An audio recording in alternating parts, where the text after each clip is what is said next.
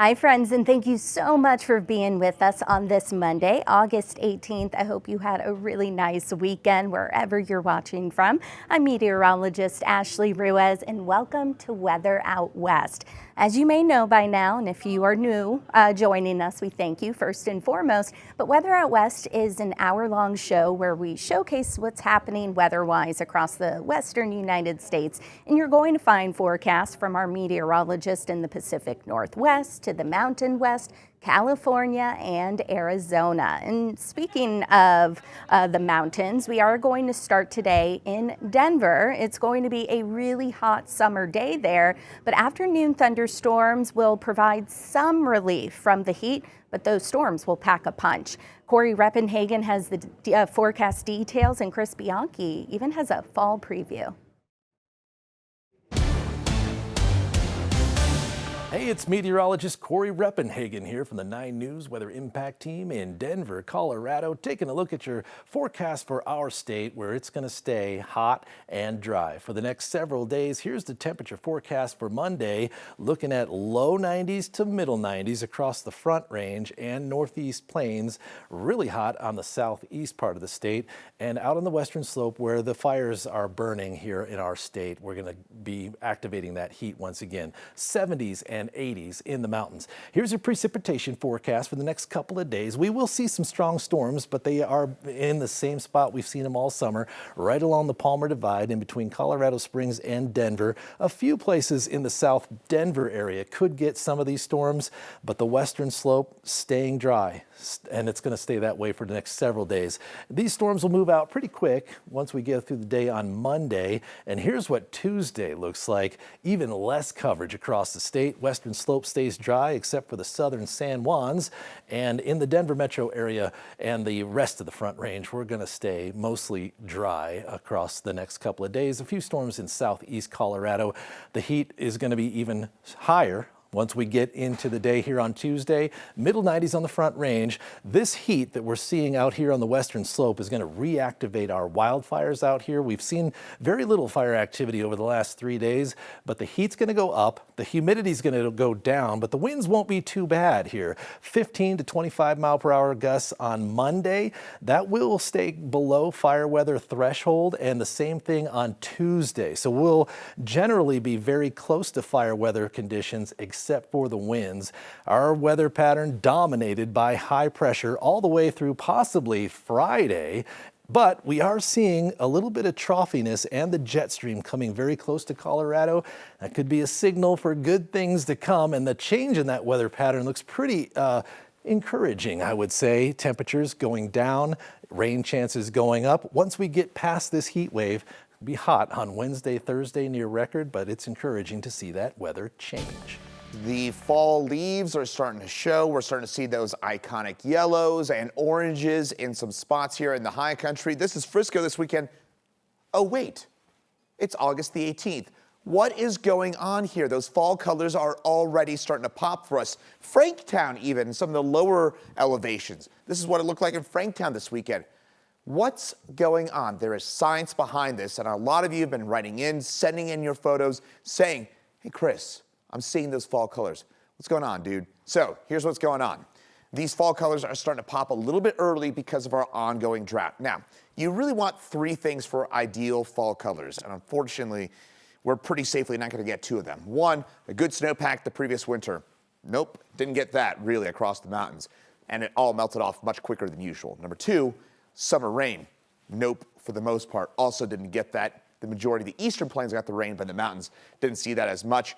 Cold nights and sunny days, still TBD, hopefully trending in that direction. What you want, kind of 65, 70-degree days during the kind of late August, early to mid-September timeframe, and cool but not cold nights, so you want more temperatures, mid to upper 30s, low 40s, that sort of thing. Drought monitor, this is the problem. This is why we're seeing those fall colors. We're using up that moisture, and those leaves are starting to pop, and you can tell with some of those photos, we're seeing those kind of lighter yellows, but not that vibrant orange glow to those colors right now. And those average fall peak dates for us, usually mid to late September, northern mountains, central mountains, same idea as well. I suspect if current current trends hold, we may end up peaking a week to 10 days earlier than usual based on what we're seeing in the mountains right now and the fact that we've got our ongoing drought that'll lead to an earlier peak and also maybe not quite as vibrant of a show this year. Still some time to get out of this, but again, that's the current trend right now. I don't know about all of you, but fall is my favorite. Okay, so once again, as expected, temperatures are cranking up in the desert this week. An extreme heat watch is in effect for portions of Arizona Wednesday to Friday. Here's Ginger Jeffries from Phoenix with much more. I'm meteorologist Ginger Jeffries. A look at your weather out west. Very different weather story across Arizona this week as opposed to last week when we were dealing with extreme conditions on a monsoon level. Daytime highs were way down, winds were up. We got measurable rainfall. Couple days, nothing at Sky Harbor, but now this week, well, we are back to the basics. And for August in the desert, that means I'm talking about extreme heat. Now today, it's not settled in quite yet, but numbers are trending up. As you can see, the skies are clear. We're still seeing a little bit of moisture potential on the board, but it's minimal at best. The talk of the town this week will be your temperatures. And understand today, well, it's the most mild day of the next 5. My goodness, we're already getting the attention of the National Weather Service for what's coming our way on Wednesday. But let's focus on today. Yuma, nothing but net. We've got clear skies, temperatures at 107, 109 in Havasu, 85 today in Flagstaff, 96 in Sedona, about 98 in Globe, 100 in Tucson, and 107 today in Phoenix. So that's pretty much near the normal range. This time of the year, 105. That's our target. So anything within 5 degrees higher or lower is really considered a normal day. So that's today. Winds are calm, but still it's 107 degrees. So as far as where our record territory could be, 115. Now I'm going to be paying attention to the records as we get into Wednesday, Thursday, and Friday, simply because the numbers are going to spike. Still though, I mean, 107 degrees, it's the best plan to plan out your day and try and avoid the extreme heat of the day, which I'm really looking between about 2 to 6, 7 o'clock tonight. Temperatures will be peaking in the 3 to 4 o'clock hour. I am looking for triple-digit temps after about the noon hour. So anything you got to get done, do it before 10, 11 o'clock in the morning. And that does not include going out for a hike starting at 10 because, again, 107, still no joke. It's the summer, it's the desert, and we need to have our summer smarts. Now, the wind will start to pick up later today. It's going to be closer to sundown. I'm not looking for any winds over 20 miles an hour, just a little bit of movement out there, about 5 to 15 miles an hour, and a little bit of cloud cover out there. I'll call it variable clouds because we'll get some high clouds, we'll get some mid-level clouds, but overnight lows still pretty nice. I mean, the morning hours are pretty gorgeous. But then here we go. Look at this spike from today to Wednesday. Yes, so mercury is going to be on the rise. It looks like the peak of the warm-up this week will be on Thursday, but we're staying above 110 degrees through Friday. So is that record worthy? Awfully close. Look at this. On Wednesday, the forecast, the record 113. On Thursday, if we're going to meet or beat a record, I think it'll be on that day. And then Friday, again, we're within 1 degree of record territory. So this is going to be some extreme heat. In fact, National Weather Service issuing a watch, basically a heat watch for Wednesday, Thursday, Friday, saying we know the heat's coming. Get ready for it. It's going to be another round of extreme heat with temperatures upwards of 110. So the area you see here in red, this is our severe weather alert for the week. We've got this extreme watch. It goes into effect, extreme heat watch goes into effect Wednesday and will expire on Friday. As far as the monsoons, well, obviously, since we're talking about extreme heat, it just doesn't look like there's much action today at all for the valley. Just a slight amount of moisture moving in for the Rim and White Mountains and also into southeast Arizona. Temperature-wise, yeah, higher elevations without much moisture on the docket. That means your numbers are going to be climbing. I've got temperatures in the 80s for the Flagstaff area and then for about 107 today in the metro, warming to 109 by Tuesday. And then, yep, the heat is on toward the latter part of this week. Coming up after the break, we're taking you to Washington State.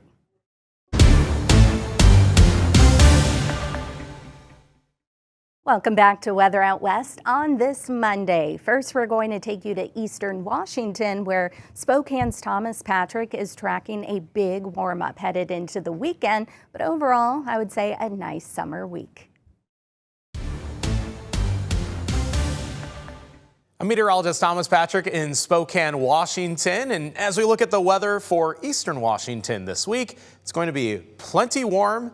Plenty of sunshine to be had. The only exception is right here, right now on this Monday morning, with some scattered showers and even thunderstorms having already popped up in the area. So while it looks pretty nice over downtown Spokane and Riverfront Park, there have been showers within just a mile from that exact camera location where the rain has been a bit heavier for our region. So these morning isolated showers and thunderstorms, pretty heavy where they have occurred, but not hitting everywhere in the eastern Washington region. This all before we get to the sunny and warm weather. So you look at the almanac and the forecast, and things seem like it's just going to be a normal day. Forecast high 86, the average is 84 degrees. But we just kick off the day with a little bit of light rain, which we absolutely need. Even this past Saturday, we picked up 0.05 of an inch, a welcomed rainfall, but it always leaves us feeling like we need a little bit more than just a couple drops in the rain gauges. This helping, but not hitting everywhere for eastern or central Washington. This cluster of thunderstorms developed at around 3 and 4 o'clock in the morning hours, and now still in this band across northern Washington where the rain will be at its heaviest. Doppler radar did estimate as much as a half an inch, 0.6 of an inch of rain right at Moses Lake, and around a quarter of an inch for western Lincoln County. But look at how much more spotty that is for Spokane County. So where that rain has fallen, it's been mostly light, but it hasn't even hit even half of the county altogether. Very spotty, very hit and miss as it stands. And once we get to 1 p.m. this afternoon, that'll be all she wrote in terms of the rainfall, as we return right back to the sunny, dry, and warm conditions for the rest of the day, the rest of the week, probably even the rest of the month as well. The trend is very hot and very dry for eastern Washington. All it takes is a little bit of sunshine and we're right back into the mid 80s. That's the forecast today. Mid to upper 80s the rest of the week through Thursday. And then we take another noticeable jump upwards in terms of the temperatures into the mid 90s Friday, Saturday, and Sunday. That's almost 15 degrees above average and actually a lot closer to record highs, which stand at 99 and 100 degrees respectively for the weekend ahead. And both the forecasts at 96 degrees. So within 3-4 degrees of record highs. And that's where we've been about all summer long. A couple pretty hot days, but just shy of officially being records. Now, a lot of this heat is actually coming in from the south. A heat dome is going to start to develop and actually press a little bit westerly over the Four Corners region, but that affects the northwest U.S. just because it helps to give us that ridging shape in the jet stream. Also, we'll catch a bit of the heat dome itself, especially for Oregon, Washington, North Idaho. So that's what gives us that noticeable bump up temperature-wise into those 90s. You can see it in that late-term outlook. It's not just this week. It is likely all of next week that will be very hot for the region. Mid-90s at minimum, and that's for Spokane. Will be even hotter for areas like the Tri-Cities, which tend to be closer towards 100 degrees. Finally, before I get to my 7-day forecast, a quick update on the wildfires in the inland northwest. The Crescent Road fire has been a lot more contained in the last couple days, but the Sunset and Lightning Creek fires, which is on either side of Lake Pend Oreille, still burning, and there are still some evacuation orders on a result of that. But with the winds being pretty calm today, shouldn't see any smoke out there. So instead, mostly sunny skies when we get to this afternoon as the rain concludes. All within a week, Seattle faced a heat wave with highs in the 90s, then a month's worth of rain within 2 days, about 0.98 of an inch. Now, granted, the average rain totals for the whole month of August is about 0.97 of an inch. But now Western Washington is drying out once again. Here's Rich Marriott with much more.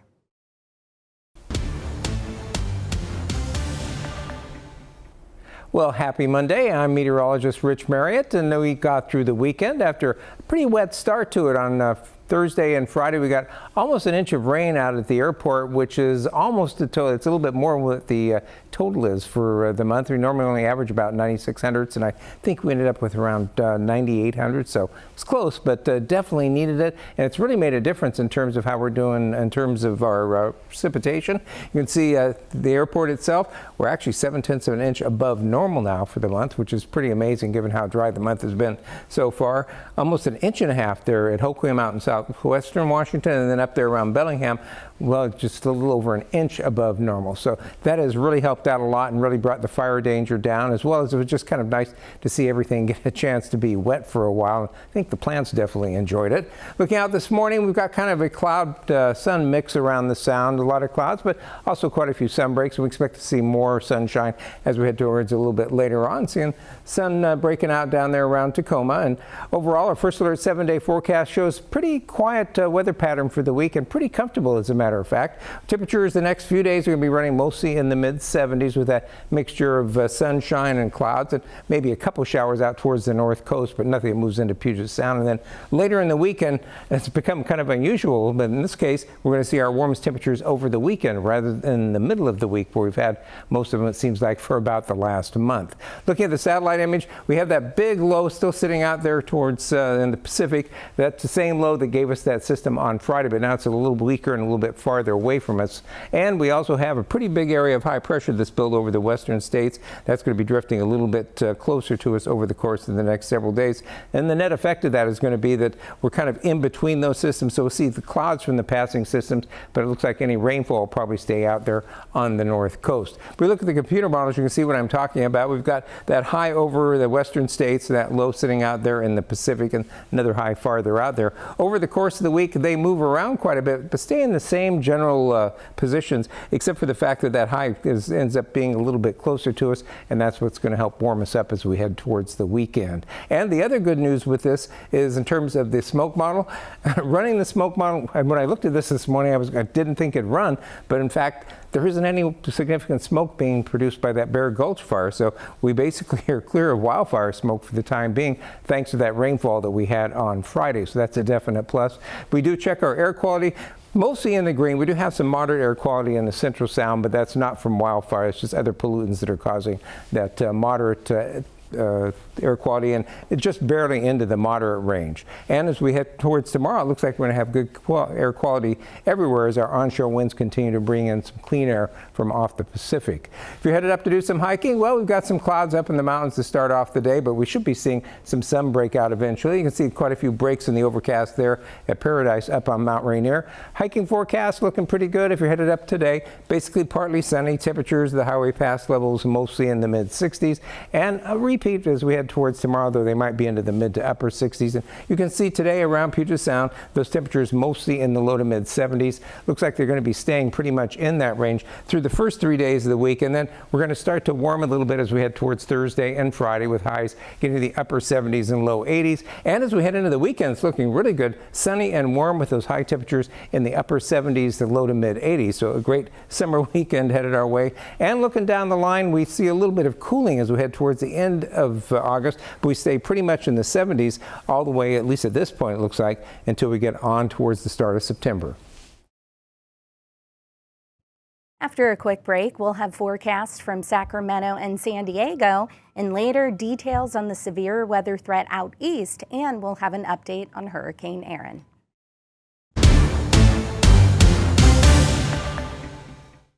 Welcome back to Weather Out West. I'm meteorologist Ashley Ruiz. Southern California kicks off the new work week with cooler than normal temperatures, but those temperatures will climb later in the week. So much so that there's an extreme heat watch starting Thursday for the mountains and deserts. Here's San Diego's Vanessa Paz with the details.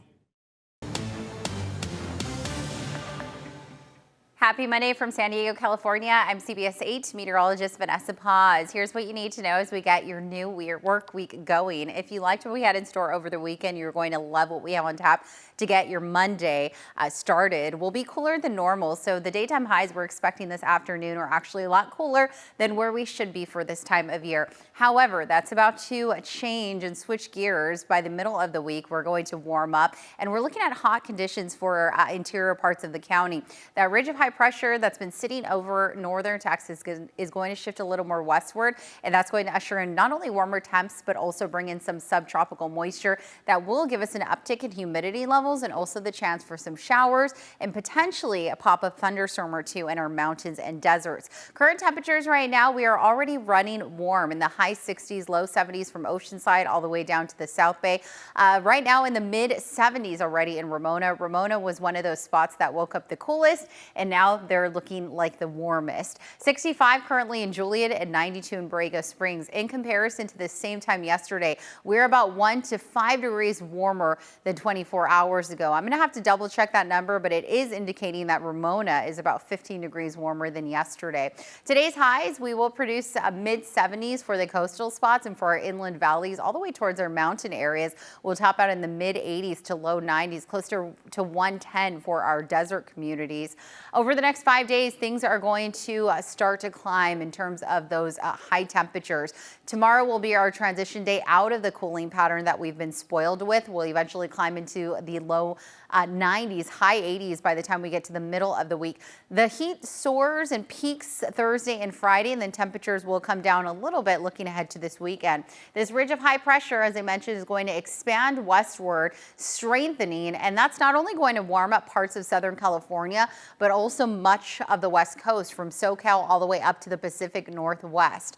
All right, taking a look at our future forecast. This is our European model, and I'm going to pause it at about Thursday morning. We're still dry by the time we get to Thursday, but notice how we have those green dots on the maps here. That indicates a possibility for some light isolated showers. Most of the activity by Thursday will be confined to counties just to our north and also to our south. However, as I fast forward, you see more of those green dots kind of blanketing portions of Southern California, which could indicate that we have the best chances for showers later on this weekend. Here's what it looks like in numbers. The probability of precipitation starts to climb Saturday all the way into Sunday, but it's still fairly low, anywhere between 10 to about 25% or so.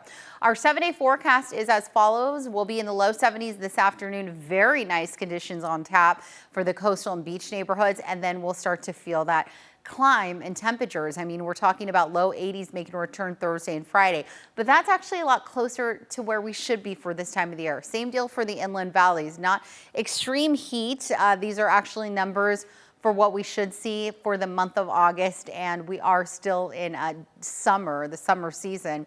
The warmth peaks Thursday and Friday, and then the temperatures, not too much change as we get towards the weekend. For the mountains and desert areas, we're talking low 90s all the way through Tuesday, and we're soaring close to 100 degrees on Thursday and Friday. Thursday and Friday is when an extreme heat watch will be impacting the mountains and desert areas. It's expected to end Friday night, but the National Weather Service could very well extend it another day all the way through the first half of the weekend. For the mountain air, or for the deserts rather, we'll be close to that 105 mark. Climbing, to 110 around Tuesday and Wednesday, and then closer to 115 by the time we hit Thursday. Our friends in Northern California have had below average temperatures, kind of similar to July, but hotter temperatures will make a return. Rob Carlmark has the details from Sacramento.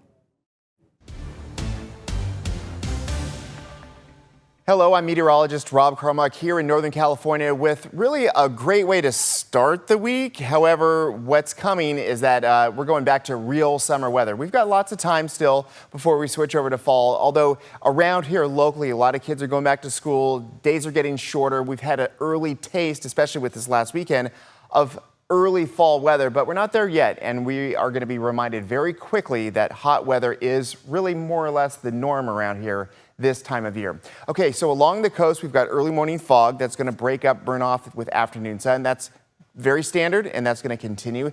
In the valley, the big story is that we're going to be warming up. We're looking at temperatures going from the 80s to the 90s to triple digits before the weekend. So that's something that everyone's going to have to deal with. In the foothills, I put be weather aware there, and for the Sierra, it's dry and sunny with a fire icon, just because even though quietly the weather's been really, really good, kind of cold in the morning, nice in the afternoon, things are just really dry. And we all know once we start to get hot, with things continuing to be dry, because that's normally the case until we get some early season rain, we're really just kind of waiting for fire conditions to kick in at some point, although I think we're a little ways off.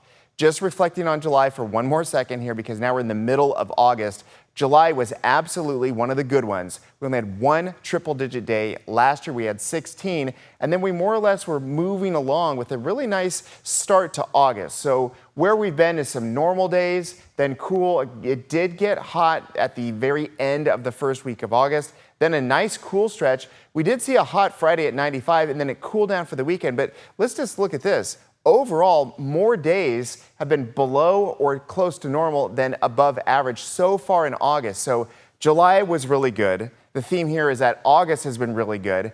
And overall, we start this week on a really nice cool note, and then it's going to get hot by the end of the week, and then we're cooling down again. So we might end up at this point, by the way, beautiful shot there of Marin County, we might end up with just another amazing August, because I really don't see much more than a couple triple-digit days for the next 10 or so.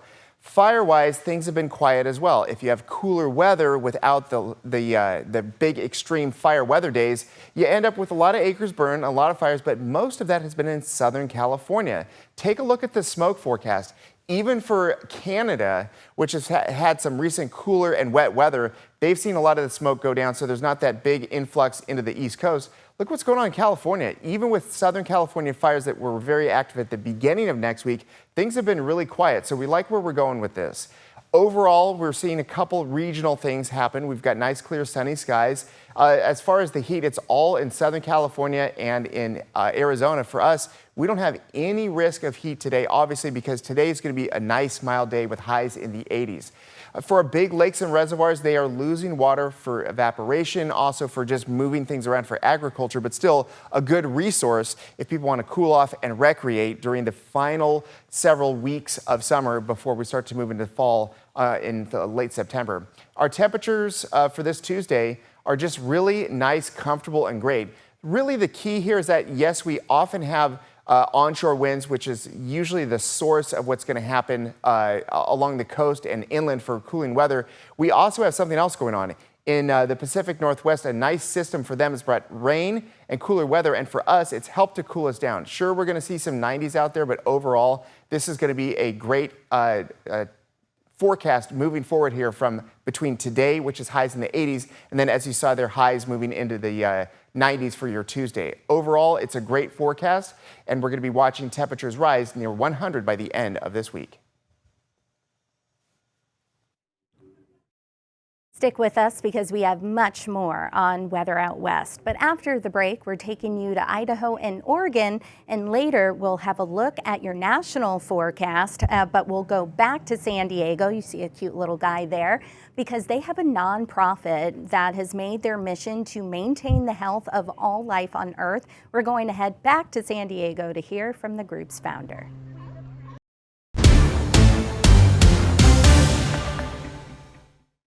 Boise had a mixed bag of weather over the weekend with sun, clouds, and thunderstorms, but a quiet and hotter weather pattern will make a comeback this week. Hector Mendoza has all the forecast details from Boise.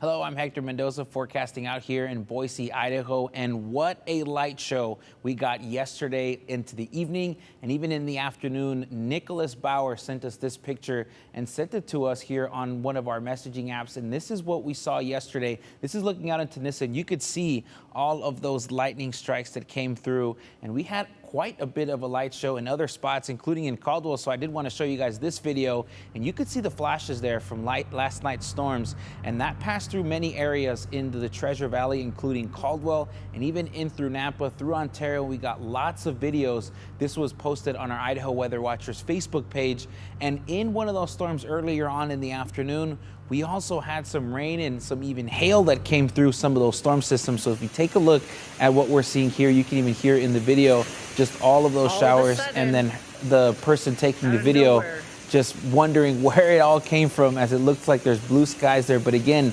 some winds came along with that, some hail and some activity as we continue on through the afternoon. But as we moved on to this morning, we did see some of those lightning strikes come through in places in through Valley County. That has since made its way on out, and we're expecting to see that unsettled weather move on out.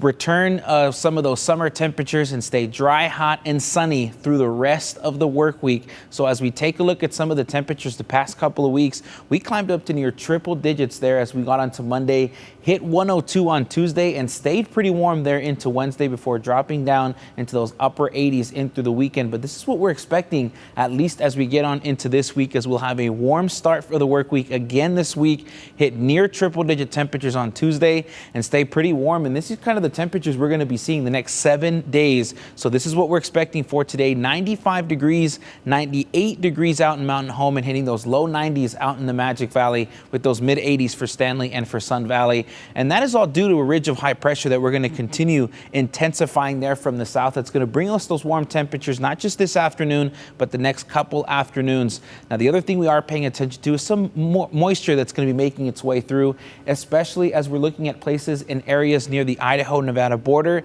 That's where we can see some of that moisture make its way down, see some instability and some storms that could bubble up in some of those areas. So that's what we're going to be paying attention to as we get into the next couple of days. But we're going to take a look at this upper level pattern where we're going to see some of the temperature contours and just kind of how warm we're expecting to get.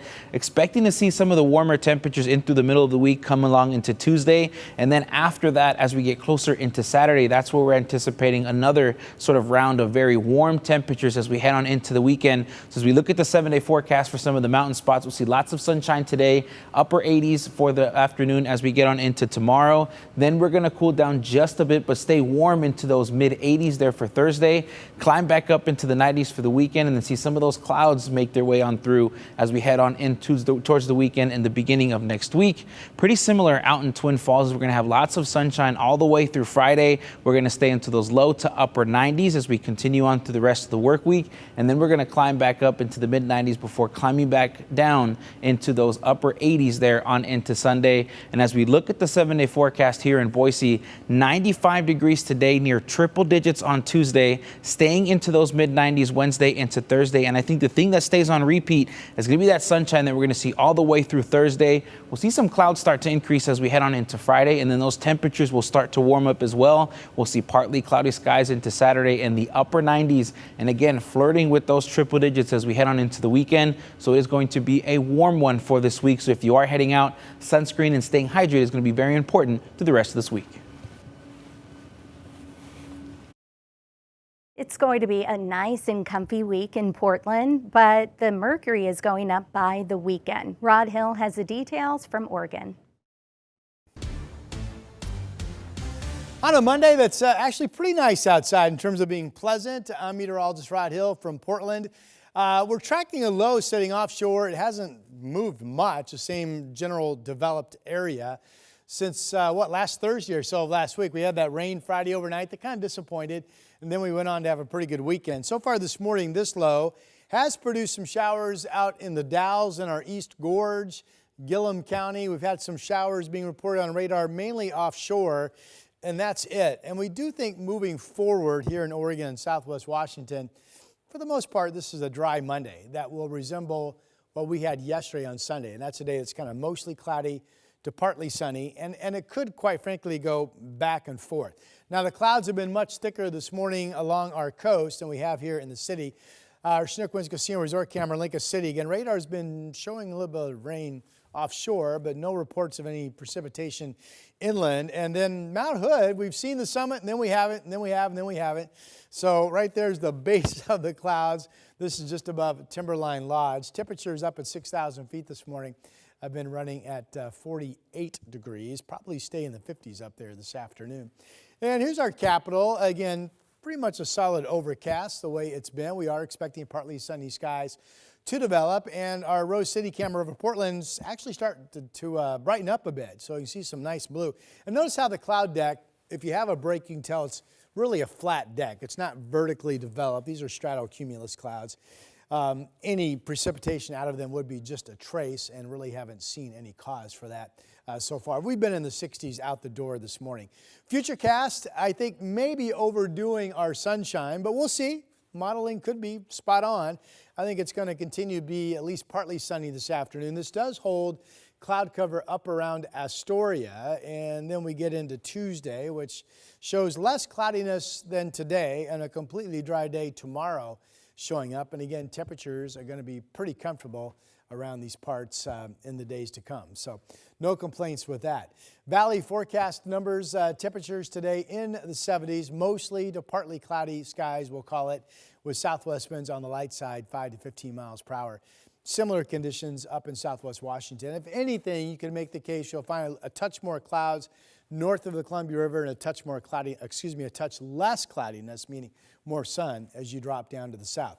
This shows Longview, Kelso at 76 and Vancouver setting at 79. I've also got Portland at 79, which will equal yesterday's temperatures. On our map this afternoon, nobody's what we would consider hot. 87 out in Baker City. No one is expected to get up to 90. Beautiful sunshine. It is a sunny morning. It should be a mostly sunny day over in Central Oregon. This shows Bend at 80 and Madras at 80 degrees. 70s up and down I-5, including Salem and Portland, and then probably holding in the 60s along the coast. So our 7-day is primarily dry. The only chance of even a trace of moisture is probably this morning on this Monday. 79, again, I mentioned that will equal yesterday's high. Could be a touch brighter tomorrow, 80, and then Wednesday mostly sunny and 83. So we start with 3 very comfortable days. And then Thursday, 88. And right now, it looks like the upcoming weekend will go hot again. If temperatures up to 94 on Friday, 94 Saturday, you can make the case, if the models don't change, that it will be hotter than what I'm showing here. So we're watching that. And it could still be 90 on Sunday. So if true, these will be days 15, 16, and 17 this summer season of Portland getting up to 90 degrees. Remember, we hit in that last low heat wave 99 3 days in a row. So far, we have not made it to 100, and I do not hear anybody complaining. That's your Monday forecast. Coming up after the break, we're taking you nationally, where Julie Martin talks about the severe weather out east, the summer heat, and then what's going on with Hurricane Erin.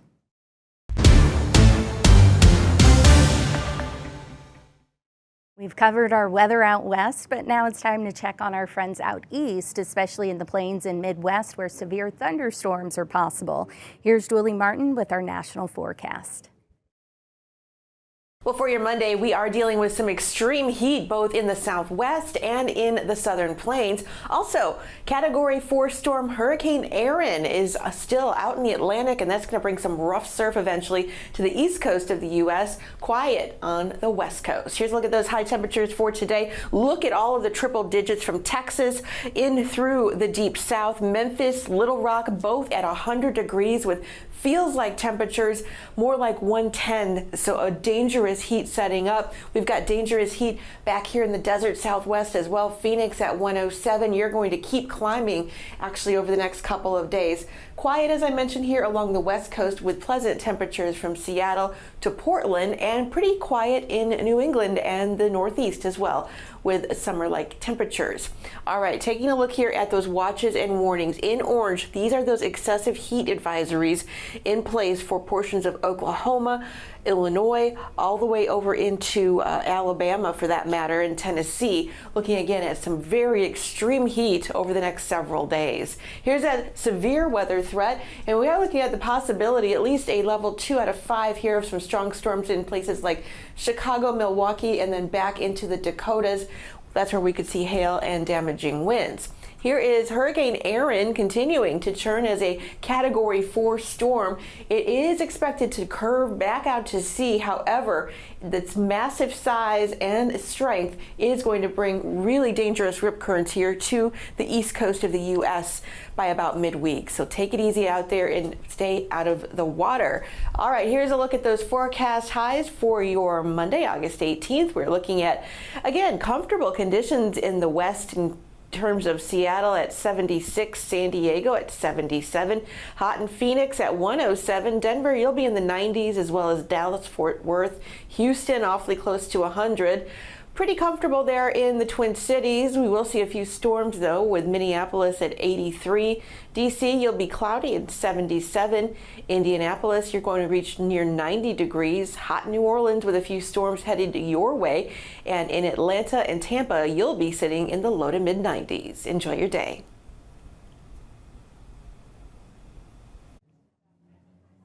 Take a look at these incredible images from inside Hurricane Erin. So the hurricane hunters flew through the eye of the storm after it rapidly intensified into a Category 5 hurricane.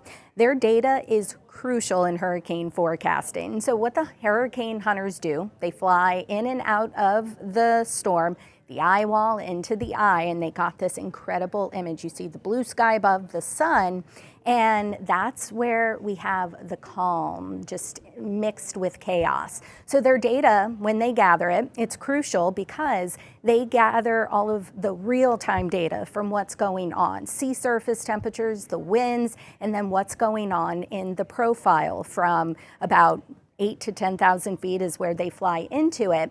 That data is sent back to the National Hurricane Center in Miami, Florida, and that's where the meteorologists make the forecast cone, and so on and so forth. And without their data, hurricane forecasting would be significantly less accurate, and there would be far less lead time for people to prepare. So we would be lost without them. So when we come back, we want you to meet Project Kalika, a local nonprofit that is making waves with ocean wildlife conservation and cutting-edge research.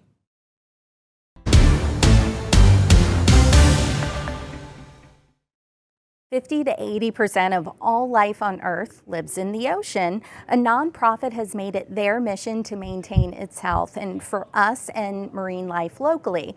We're taking you back to San Diego, where CBS 8's chief meteorologist Carlene Chavis introduces us to the group's founder, who is working to preserve this harmony. We are not the only animals that consider this our home. The mission of Project Kalika is to be a voice for the voiceless animals that we share this ecosystem with. Let's check out this local nonprofit focused on conservation, education, and research.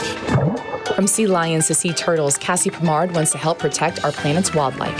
I'm bawling my eyes out watching this documentary, and I came up with the notion to start my own nonprofit benefiting all wildlife. A self-proclaimed animal craze-loving girl, Cassie's passion grew after watching a documentary called The Cove, which highlights the hunting and killing of dolphins in a part of Japan. They're one of the most sentient beings on our planet.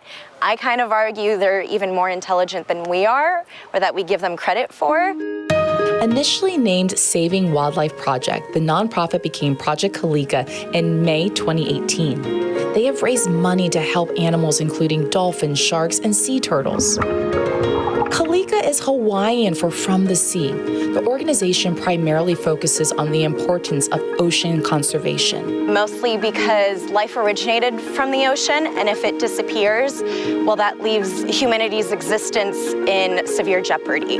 Cassie also serves as the lead marine biologist for Project Kalika. She stresses 50 to 70% of the oxygen we breathe comes from the ocean alone.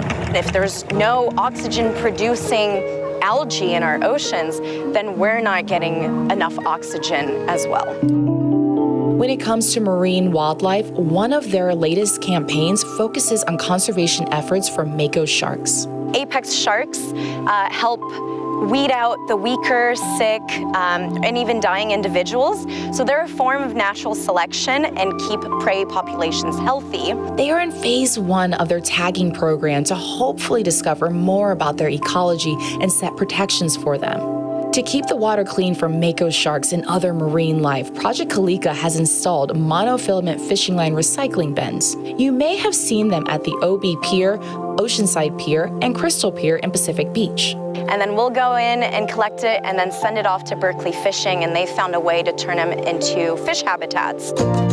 They also host monthly beach cleanups, alternating between Fiesta Island and La Jolla Shores. In La Jolla, their cleanup efforts also extend beyond the sand. At La Jolla Shores, we have that reef cleanup option. So if you want to get in snorkel gear or even scuba gear, our reusable bags can actually let you go in the water and collect any little pieces of trash you find. The trash is collected and reported to I Love a Clean San Diego. And they just compile all the data. This information helps to bring awareness to our community community on waste plaguing our coastline and target efforts to reduce it. To keep the monthly data flowing in, you'll find their beach cleanup schedule and learn more about this local nonprofit looking to make a splash when it comes to protecting our county at projectcaliga.org. For CBS 8, I'm Chief Meteorologist Carlene Chavis. That does it for us here on Weather Out West on this Monday. I'm meteorologist Ashley Ruiz, and we want to thank you so much for being with us today. Be sure to join us again tomorrow for our next Weather Out West.